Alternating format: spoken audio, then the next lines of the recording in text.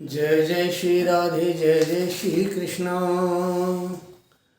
मित्रों, मैं पंडित महेश पाठक सीधाम वृंदावन से, हमारा यूट्यूब का चैनल ज्योतिष सेवा वृंदावन, उसी चैनल के माध्यम से मैं अपने सभी प्रिय दर्शकों का, आप सभी का मेरे इस चैनल पर स्वागत है। आप सभी का मेरे द्वारा अभिनंदन है, आप स्वीकार कीजिए। मित्रों, आज की बात करते हैं मीन राशि के लिए 30 अक्टूबर 2023 को केतु महाराज गोचर कर रहे हैं, राहु का गोचर हो रहा है। तो वो गोचर का मीन राशि वालों के लिए क्या प्रभाव होगा। ये जो प्रोग्राम है मीन लगन के लिए है, जहाँ कुंडली में सबसे ऊपर जहाँ लगन लिखा होता है वहाँ पर अगर आपका 12 नंबर लिखा हुआ है तो आपकी मीन लगन है, उसी के लिए प्रोग्राम है। ये राशि के हिसाब से भी आप देख सकते हैं। आज चर्चा का विषय है केतु देव और राहु महाराज 30 अक्टूबर 2023 को स्थान परिवर्तन कर रहे हैं। राहु इस समय मेष राशि में गोचर कर रहे हैं, जो मीन राशि के अंदर गोचर करेंगे 30 अक्टूबर के बाद। और केतु महाराज अभी तुला राशि में गोचर कर रहे हैं, तो 30 अक्टूबर 2023 के बाद उनका जो गोचर है वो कन्या राशि में होगा। और मीन लगन वालों के लिए कन्या राशि सप्तम भाव में पड़ती है, यानी राहु का गोचर उनके लगन में होगा और केतु का गोचर उनके सप्तम भाव में होगा। तो इसी पर चर्चा करेंगे कि केतु उनको क्या प्रभाव देगा। ये सिर्फ केतु का गोचर आपको हम बता रहे हैं। सप्तम में केतु का गोचर पति पत्नी को आध्यात्म की ओर लेके जाएगा, यानी आपको थोड़ा धर्म की तरफ लेके जाएगा। तो केतु को धर्म की ध्वजा कहा जाता है, तो सप्तम भाव पति पत्नी का होता है, तो थोड़ा आपको ना उस तरफ लेके जाएगा। हो सकता है आपस में पति पत्नी के बीच कुछ दूरी बढ़ जाए, या पति पत्नी में से कोई भी किसी के मन में विरक्ति की भावना पैदा हो जाए, दूरियां बढ़ सकती हैं। इस समय यहाँ ध्यान देना जरूरी है, कहीं ऐसा ना हो कि बाद में आपको पछताना पड़े। पति या पत्नी पर शक करना ठीक नहीं होगा। पत्नी या पति मानो एक दूसरे से कम बात करते हैं, तो इसका मतलब ये नहीं है कि उनका कहीं और कुछ चल रहा है। कई बार मन में शक आता है ना, वे मेरे से बात कम करते हैं, क्या चक्कर है, क्यों नहीं बोलते हैं। या पति समझता है मेरी पत्नी मुझसे बात क्यों नहीं करती, बाहर ज़्यादा घूमने जाती है, तो कहीं ऐसा तो नहीं कुछ और कुछ चल रहा हो। तो ये जो शक की एक जो जड़ है, या शक का जो बीज है छोटा सा, ऐसा ना अंकुर आपके कहीं पनपने लग जाए, आपको उससे दिक्कत खड़ी होगी। शक दिमाग में नहीं आना चाहिए, समझदारी दिखाएं एक दूसरे के प्रति, नहीं तो आपसे रिश्ते बिगड़ जाएंगे। आप आपसी जो कम्युनिकेशन है उसको बढ़ाएं, आपकी बातचीत बढ़ाएं, बात करें, अपने अपने साथी का ख्याल भी रखें, साथी को भली भांति आप समझें। देखिए, पति पत्नी इस शरीर के दो हिस्से हैं, लेकिन जब वो पति पत्नी बनते हैं तो वो दोनों एक जिस्म दो जान मानी जाती है। दो जिस्म एक जान, और उनमें कोई भेद नहीं है पति पत्नी के बीच में। तो शादी होने के बाद वो एक दूसरे के दोनों एक दूसरे के पूरक होते हैं। तो इसलिए थोड़ा सा समझदारी से काम करना पड़ेगा, साथी का ख्याल रखना पड़ेगा, साथी को भली बात समझें, उसमें बदलाव या सुधार करने की कोशिश इस समय ना करें, क्योंकि ये केतु का जो गोचर है थोड़ा सा विरक्ति की भावना देता है। कहीं ऐसा ना हो कि आप उनकी अच्छाइयों में बुराइयां ढूंढने की कोशिश करें, आपको बुराई नजर आए, तो ये भी थोड़ा सा आपको इससे बचना पड़ेगा। ये जो माहौल है आपके रिश्तों को खराब कर देगा।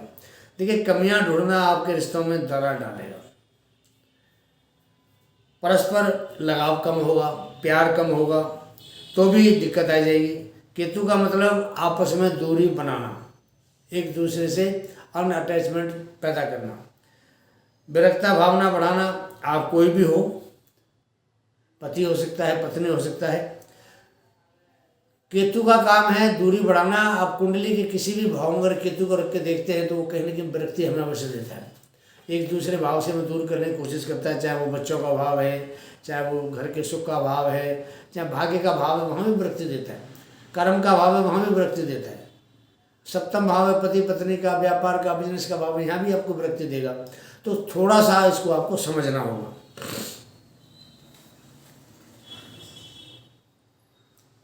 देखिए, अगर आप अपने रिश्तों को सही से समझेंगे तो आपको कोई भी केतु परेशानी नहीं देगा और आपके साथ कोई भी अनहोनी घटना नहीं घटेगी। जरा सी गलतफहमी से किया धरा सब आपका खराब हो सकता है। वैसे केतु का गोचर और आपकी जो महादशा चल रही है कुंडली में, उसके ऊपर भी डिपेंड करता है कि केतु की स्थिति आपकी कुंडली में क्या है, आपकी महादशा अंतर्दशा क्या है इस समय, और केतु का जन्म के समय स्थान क्या है और गोचर में अब स्थान क्या है, इसके ऊपर भी केतु का जो प्रभाव है वो निर्भर होता है। वैसे केतु का काम यहाँ सप्तम भाव में एक दूसरे से लगाव कम करना है, प्यार कम करना है, दूरी बनाना है, या रिश्तों को ख़राब करना आप कह सकते हैं। अगर आप विश्वास करेंगे तो आपको आने वाले समय के लिए अच्छा लाभ के चांस मिलेंगे आपको। ये एक वैवाहिक संबंधों को ख़राब करता है। अगर आप बिजनेस करते हैं, व्यापार करते हैं, तो बिजनेस में जो आपके साथ पार्टनरशिप लोग कर रहे हैं वो भी आपके लिए समस्या खड़ी करेंगे, कोई षड्यंत्र करेंगे, आप पे विश्वास नहीं करेंगे, आपको पार्टनर के ऊपर विश्वास नहीं होगा, फिर आपका जो विश्वसनीयता खत्म हो जाएगी, और जब विश्वसनीयता खत्म हो जाती है तो फिर वहाँ अलगाव पैदा हो जाता है, दूरियाँ बढ़ना शुरू हो जाती हैं, और एक समय ऐसा आता है कि फिर आपको अलग होना पड़ेगा। व्यापार करते हैं तो हो सकता है आपको कल को अलग व्यापार करना पड़े, तो इन चीज़ों से भी आपको थोड़ा ध्यान रखना पड़ेगा। अगर किसी से कोई आप नया काम करके किसी के साथ में कोई पार्टनरशिप करना चाहते हैं, ये मीन लग्न वालों के लिए बात है, मीन राशि वालों के लिए बात है, तो इस पार्टनरशिप को कुछ दिनों के लिए आप टाल दीजिए, अभी ना करें, क्योंकि केतु का गोचर आपके सप्तम भाव में हो रहा बढ़िया नहीं है। जैसे केतु का गोचर आपके छठे भाव में होगा मीन राशि से, आप पार्टनरशिप करिए, आपको कोई दिक्कत नहीं, बढ़िया काम चलेगा।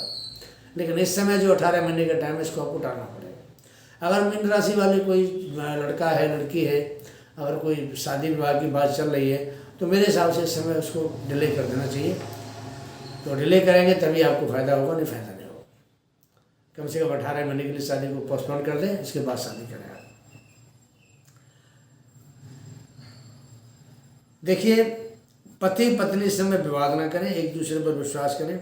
केतु देव की 5वीं दृष्टि आपके लाभ भाव पर जा रही है, और जो 7वीं दृष्टि आपकी लगन पर, मीन लगन पर जा रही है, और जो 9वीं दृष्टि है वो आपके पुरुषार्थ के भाव पर जा रही है। अब जो लाभ भाव पर दृष्टि जा रही है तो वो लाभ के चांसेस कम करेगा ये। अगर सप्तम दृष्टि आपके लगन के ऊपर जा रही है तो आपको अपने से विरक्ति पैदा करा देगा, अपने आप से भी कहने के मोह कम करा देगा। और जो तीसरी दृष्टि आपकी जो पुरुषार्थ के भाव पे जाती है तो कहीं ना कहीं आपके वहाँ जोश में, जिस जोश से आप काम करते हैं उसमें कमी कराएगा। तो यहाँ बैठ करके केतु का जो प्रभाव है बढ़िया नहीं कह सकते, क्योंकि सप्तम भाव में मीन राशि से बैठा हुआ केतु कई तरीके से आपको परेशानी देगा।